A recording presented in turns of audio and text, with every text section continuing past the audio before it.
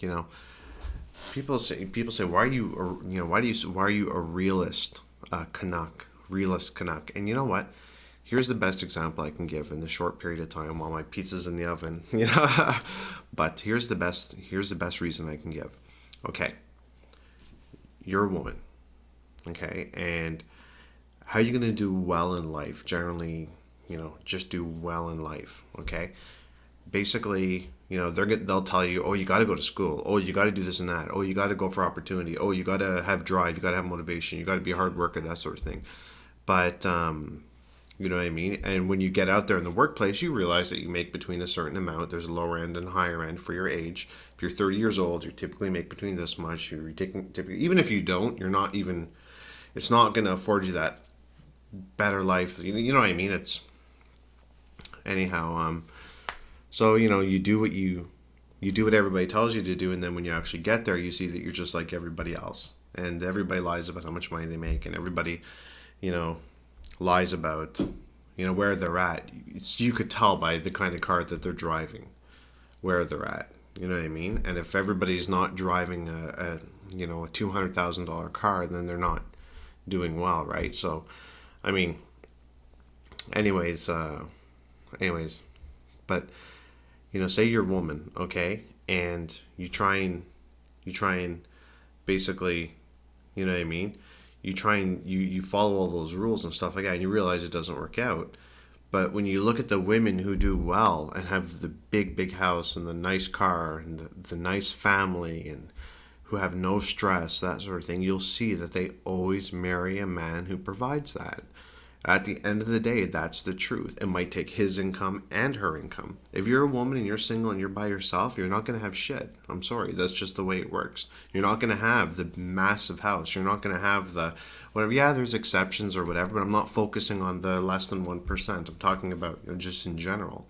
If you look around at people that you know and people who just don't have debt problems, who live in a big house, who have the dog, who have, oh, there's a cat. Who have the 3 cars. You want to say hi? Come here. Come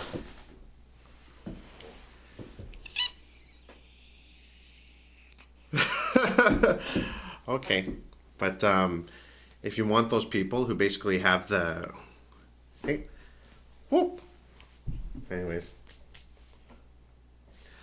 if you want, if you want to have all that sort of lifestyle and you want to have that, then basically, the fact is that the reality of it is that it's not that you marry into money, is that you have somebody who's works and who has a job and who has a husband who just does well.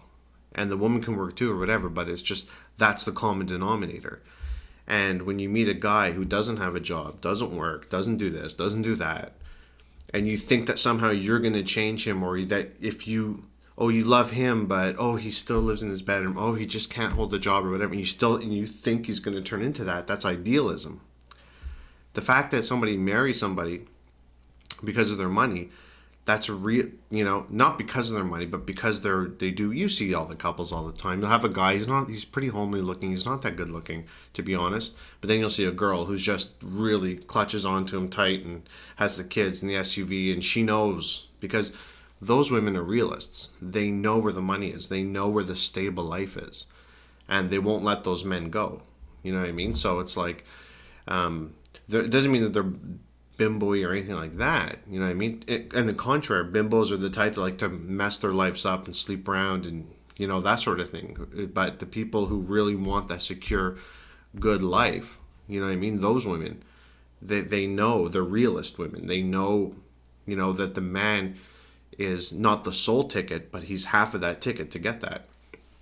And but if you're a woman and you want to take an idealist standpoint, then you think that, well, if I just do this and I do that, then that's going to happen. But it's not going to happen, because history proves that you can't change somebody. If they're a scrub, they're always going to be a scrub. If they're broke, they're all the time, they're always going to be broke. Yeah, there's exceptions, whatever, but I'm not focusing on exceptions. You have to play your percentages in life.